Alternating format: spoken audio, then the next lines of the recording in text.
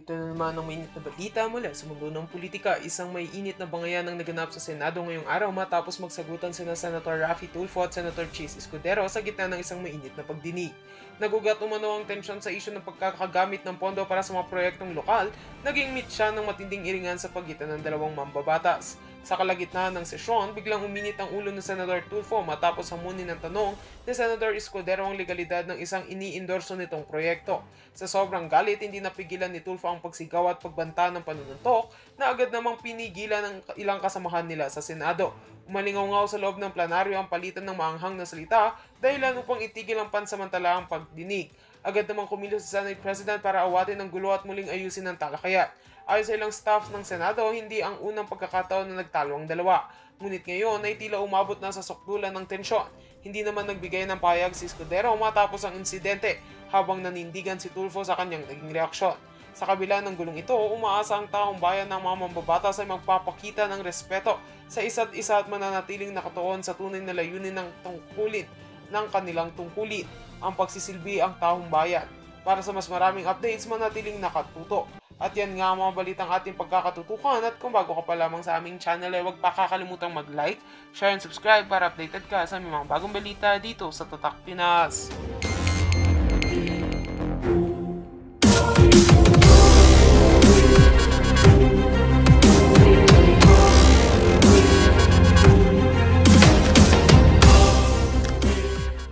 Nangyayari sa kanyang buhay. So how many kids do you have? 2. So how many kids do you have? 2. Ito ay taong 2021. Tandaan natin na nag-meet na sila ni Miss Grandy noong 13 years old pa lang itong bata. So mga 1997 yun. Kaya nga niya ipinapasyal at sinama pang kumain at sinama pa at ipinakilala sa kanya mga kapatid na at that time ay kasama yung mga girlfriends di umano. So bakit nung tinanong siya ni Miss Corina Sanchez ay sinabi niyang walang kagatul-gatul na dalawa lang yung kanyang anak? So how many kids do you have? 2. Samantalang noong 2019, lumabas na siya sa ere dahil kinikikilan daw siya ni Miss Julie Lico at yun ay 2019. Nais ko po magbigay ng statement tungkol po doon sa taong naghain po sa akin ng reklamo sa Quezon City Prosecutor's Office kahapon. Siya po ay si Mrs. Julieta Lico Pearson. I reached out to my daughter with her at nakita po kami ng aking anak sa kanya. Inamin niya na nagkaanak siya kay Miss Julie Lico Pearson. Anong nangyari? Sadya ba niya kinakalimutan na anak niya si Miss Grandy? At ang kinikilala lamang niya ay yung dalawa niyang anak? Masakit talaga yun para kay Miss Grandy. Siya pa naman ang panganay mo. Ipinanganak ng 1984. Samantalang si Miss Maricel ay ipinanganak noong 1992. Saka nagkakilala na kayo, nagkasama na kayo. Na mga ilang ulit, tuwing umuwi ng Pilipinas, itong si Miss Grandy. Sinabi mo pa nga noong 2019, gusto mong regaluhan ng $10,000 para sa kanyang kasal. Dumating po yung time, this was last year, December, na napag-alaman kong ikakasal na po yung aking anak sa kanya. Kinausap ko po yung mga kamag-anak niya para hingin po yung bagong number ng anak ko upang ako po yung makapagbigay ng tulong sa kasal. $10,000 as a matter of fact. Pero tumanggi po silang ibigay yung number ng bata. Nakausap ko po yung isa sa mga kamag-anak niya, ayaw ibigay. Maging si Julieta Lico Pearson, ayaw din po ibigay ang number ng anak ko. Pero hindi mo mahagilap. Ayon sa'yo. One day, ito pong si Mrs. Julieta Lico Pearson ay nag-request na makipagkita sa akin. Ang reason ng kanyang pagkipagkita sa akin upang humingi ng 25 million pesos. 100 million pesos na po ang hinihingi. Take note, 100 million. Bilangin niyo po yung mga zero dyan. 10 zero yan. At spelled out, 100 million pesos. At dito po sa ibaba, nakalagay, they hope na ibibigay ko po yung demand na 100 million dahil kung hindi, ako po ay malalagay sa isang embarrassment. Ayan po. At tinupad nga po nila yung kanilang banta.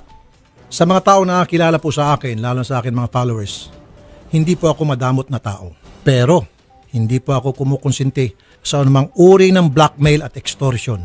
Ito po ay plain and simple extortion. Limutan din yata ni Senator Raffy Tulfo na wala natanggap na anumang financial support ang anak niyang si Grendy since birth. Pero mukhang nakalimutan din ni Senator Raffy Tulfo na ipinagbubuntis pa lang ni Miss Julie Licop si Grendy nung siya ay sinabing nakidnap, nawala, at hindi na nagkaroon pa ng komunikasyon sa kanya ang mag-ina niya.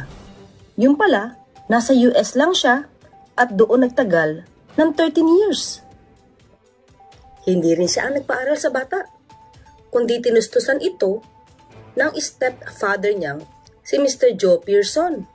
Pero yung 100 million pesos, sapat na ba yon para maibsan yung kakulangan at pagkalinga kay Miss Grendy? Lalo pat nakikita ng buong mundo kung paano gumastos ang pamilya Tulfo sa kanilang mga biyahe at pagbili-bili ng mga branded items. Kayo po, mag-comment po kayo kung ito ba talaga sa halagang 100 million pesos ay matatawag talaga nating extortion. Kasi meron ho siyang sinasabi sa kanyang programa when you reached out to him daw when you were supposed to get married or when about to get married, when you were about to get married daw po. Parang he tried to reach out to you daw, kaya lang daw po ayaw daw po ibigay nung mga relatives nyo po, even your mother, yung number nyo po, dahil magbibigay daw po siya ng $10,000 sa inyong kasal. Is there any truth to that po? Kasi yun po yung kanyang nilalabas sa kanyang palabas na Raffy Tulfo in Action. Hindi totoo yan. Thank you for bringing that up and asking that because I want to set the record straight. Hindi totoo yan po. First of all, na-meet niya ako sa 1997, di ba? So, as I said earlier, I've visited the Philippines a handful of times, maybe 5 times throughout that time. So, I'll see him, I'll come for 3 weeks. I'll see him about 5 times, 4 to 5 times in those 3 weeks. So, each time, nawawala yung numero ko, nawawala yung email ko, nawawala yung address ko. So kung ang kinikilala mo ay dalawa lamang mong anak, malamang hindi mo na ililista as beneficiary mo sa lahat ng mga dokumento mo sa SSS, sa PhilHealth, sa Pag-ibig at ngayon sa GSIS na mayroon ka pang isang anak. At yun ay si Miss Grendy. Ito siguro ang dahilan kung bakit hindi mo pinakilala si Miss Grendy sa dalawa mong anak.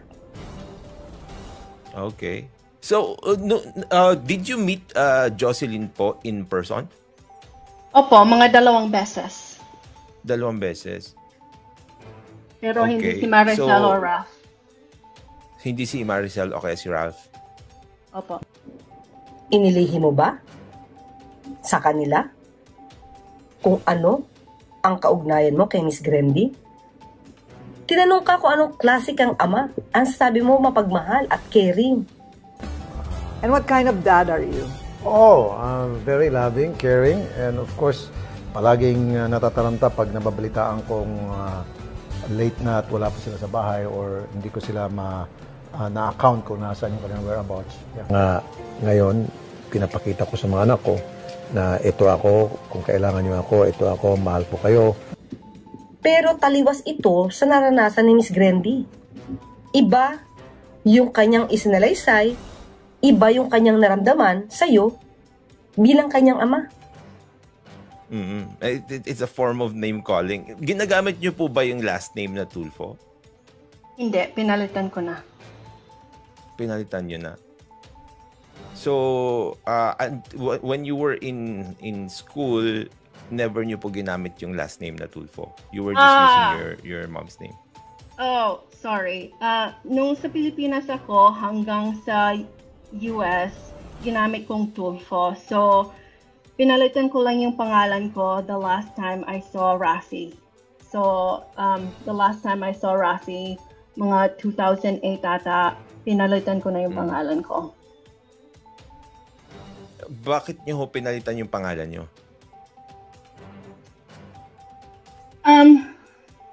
Kasi kinuha ko ang pangalan ng tunay na ama ko, si Joe Pearson. Yun ang sasabihin Joe ko. Pearson. So, So, parang homage ko sa kanya kasi siyang nagpalaki sa akin. At saka, 2008, may isip na ako, may edad na ako. So, I think that's when I really saw what my father, Rafi, is just a father, right? He's genetic material. What he was like. So, naalala ko na kailangan ko ng tulong sa kanya sa college. So, tumawag ko sa kanya. Sa 2008, meron naman siyang kaya, pero pinalitan ng numero niya sa akin. Tawag ako ng tawag, hindi ko siya makatawag. So after that, everything just hit me in the face that he's not a real father. He's never going to be. Pinalitan na nga niya ang kanyang apelido. Dahil hindi ka daw naging ama para sa kanya. And you will never be. Dagdag pa niya. Kung naitatwa mo si Miss Grendy na iyong anak, noong 2021 na interview ni Miss Corina, mas lalong hindi natin nadidinig sa iyong mga bibig ang pangalang Chels Ishi Tarakatak Tulfo na anak mo di umano kay Ana Lizelle Tarakatak. At ang ipinapakita mong hindi pa kilala sa batang minor de edad na ito na anak mo, kung anak mo nga, ay isang labag sa batas. Meron kasi ritong psychological and emotional abuses na matatawag. Kung ito ay talaga mong anak, masakit. Para hindi mo rin kilalanin ang batang ito. May birth certificate yung bata. At ito ay naihain pa sa COMELEC nung sinampahan ka ng kaso ni Miss Julieta Lico para sa iyong disqualification sa pagtakbo bilang senador. Iba sa iyong programa ipinapakita mo na dapat kalingain ang mga bata, dapat suportahan. Paano itong sinasabi nilang mga anak mo? Samantalang dalawa lang ang kinikilala mo. Ang tanong natin, nakalimutan ba ni Senator Rafi Tulfo na mayroon pa siyang ibang anak? O sadyang malihim lamang siya? Iba kasi yung hindi mo alam na may anak ka. At iba yung may anak ka pero itinatwa mo. May kapatawaran pa yung hindi mo alam na may anak ka eh. Pero mas mabigat yung alam mo may anak ka pero hindi mo kinilala. Masakit yon sa mga bata. Marahil kaya ganito ang nararamdaman ni Miss Grendy dahil sa ipinapakita mong ito sa iyong pagsisiwalat na mahal mo ang dalawa mong anak, hindi ka mapakali kung sila ay nasa bahay na at talagang ibinibigay mo ang pagmamahal, ang pag-aaruga na hindi naramdaman ng ibang anak mo. Dahil sabi nga ni Miss Grendy, lahat ng contact numbers niya kung paano mo siya makokontak tuwing pupunta siya at uuwi sa US, nawawala sa iyo. Kaya napuputol ang komunikasyon ninyo kapag siya ay wala na sa Pilipinas. Mahirap magkaroon ng selective memory lang. Yung gusto mo matandaan at maibigkas sa iyong bibig ay yung gusto mo madinig na ibang tao at gusto mo manatili sa utak mo. At iwinawaksi mo yung ayaw mo malaman ng iba or yung ayaw mong matandaan. Tinanong siya ni Miss Karen kung babaero ba si Senator Rafi Tulfo dahil nga parang ganun yung pagkakakilala sa mga Tulfo brothers, babaero. Ito ba'y dahil marami kasi kayong magkakapatid? Kasi ang ama mo naman may trabaho noon. Yeah, pero he wasn't corrupt. Oo, ayun. So, kung gusto niya, pwede dahil provincial commander at that time. Hindi, pero chick boy. Yun! Siya na nagsabi, chick boy ang tatay niya Ang noon. totoo naman, medyo away-away sa mami ko. Pero, hindi pa rin niya kami napapabayaan. Oo. Kaya kami naghirap dahil sobrang dami namin 10. Just imagine, 10 at magkano ng sweldo ng father ko. Oo. Pinag-aral ako ng ate ko, pinag-aral ako ng kuya ko, pinag-aral din ako ng auntie ko. Pero wala akong tinapos. Sinabi mo yung dad mo, babaero. Ang mga Tulfo brothers ba, babaero? Ewan ko kay Mon, kay Erwin, kay Ben, pero si Rafi, mabait. Kung saan mo bang sinabi, ayoko maging babaero? Yeah, gusto ko maging mabait.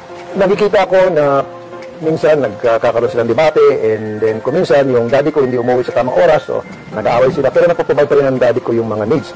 Inamin dito ni Senator Rafi Tulfo na yung kanyang ama ay babaero. So, ang itinuro niya, malamang daw yung ibang kapatid niya. Pero siya hindi. Well, sanay naman siya magturo. Di ba? Sanay naman siya magturo kung sino yung ibang may sala. But never siya magkakasala. So, sinabi niya, hindi siya babaero, ayaw niya choice niyang hindi maging babaero. Sexiness. Oh. Naniniwala ho ba kayo malakas pa ang sex appeal niyo hanggang ngayon? Hindi ko alam kasi wala na nagkagusto sa akin Ay, sis! Wala nga. So, paano niya may explain kaya yung naging relasyon niya kay Senadonia Amos, kay Congresswoman Jocelyn Pua, kay Barbara Milano? Barbara, naging emotional ka kanina doon sa pagbanggit mo sa isang politician na sikat na ngayon. Bakit? Kasi di ba, siyempre minahal mo yung tao. Tapos ilang taong kayo, 3 years. Kaya maalala mo kasi wala namang ginawa sa yung masama yung tao. Minahal ka rin naman. Nililigaw sila. Hindi ka talaga nagpaligaw at trabaho lang. Pero at that time, talagang na-inlove ka ng bonggang-bongga. Oh, kasi po hindi ko naman alam na may asawa siya ng talaga. At saka si Lizelle na ina ni Chelsea. Ano kaya yun? Di ba na? Ano kaya yun? Na in love lang? Hindi naman siya babaero pero na in love lang siya? Magkaiba ba yun? Siguro sa paningin niya magkaiba yun. At saka tahimik naman siya. Tahimik naman siya tungkol sa mga issue ng mga naging karelasyon niya. Takot daw ba siya sa asawa niya? Ang tanong ni Vice Ganda. Ang sagot niya, nire-respeto niya. Nire-respeto. So, only one yan. One and only. Pero lumunok kayo, sir. Ito marahil ang dahilan kung bakit kailangan sabihin niyang dalawa lang ang kanyang anak nung tanungin siya ni Miss Corina Sanchez.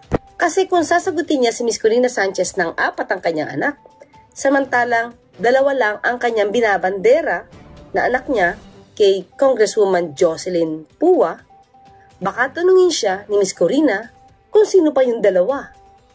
At kapag lumantad yung 2, anong iisipin ng publiko sa kanya? Na mayroon siyang anak sa labas? At iniisip niya na ito ay hindi magandang imahe? Lalo pat siya ay kinikilalang isang family-oriented man? At inaayawan ang may mga mistresses? Katulad nga ng sinabi niya, di ba? Hindi siya nambababae at choice niya yon. Kaya pag sinagot niya na 4 ang kanyang anak, masisira yung imahe niya na hindi siya babaero na siyang sinagot niya nung siya ay ma-interview ni Miss Karen Davila. Punta naman tayo sa ibang issue. Erwin did also go beyond apologizing. He even said, alam niyo po, napag-isip-isip ako dito sa ang tawag niya, Tulfo brand of journalism. Yes. There's this whole debate as to whether or not this is journalism, but we all know what he's talking about. When he says Tulfo brand of journalism, that refers to all of you, no? The brand that people associate with you. Did you enter into this discussion na baka nga naman sobra-sobra na tayo magmura at manlait at kung makabatikos ng mga tao, sobra-sobra? Because he said, this is forcing us to rethink that also. Well, maybe in his case, in Kuya Ben and Kuya Mon, I think siguro kailangan, it's about time. Pag-isipan nila, pero ako hindi. Medyo nalalayo ako sa kanila, iba naman kasing style ko. Public service si Rafi. Public service. Oo. Maliwanag yung sinabi ni Senator Rafi Tulfo noon na hindi siya katulad ng ibang mga kapatid niya. Hindi siya kasama doon sa Tulfo brand of journalism na palamura. Totoo ba to? Talaga mapapansin natin, no? Wala talaga siyang kasalanan ng kahit na ano. Pwede siya magturo, pwede siya manisin ng iba, pero never siya magkakamali. Kasi sabi nga niya, hindi siya parte nun ng Tulfo brand of journalism. Kakaiba siya sa iba niyang mga kapatid. Na itong isang amo ng rape ng OFW, nagmalupit at ng rape, umalis yung OFW at hanggang sa makauwi ng Pilipinas, minarapat na hindi na magsampa ng kaso. Ito po ang nakakainit ng ulo at napamura po ako noon nung ako po'y nasa radyo. Oops! Ano ito? Umaamin na ba siya na parte siya ng Tulfo brand of journalism?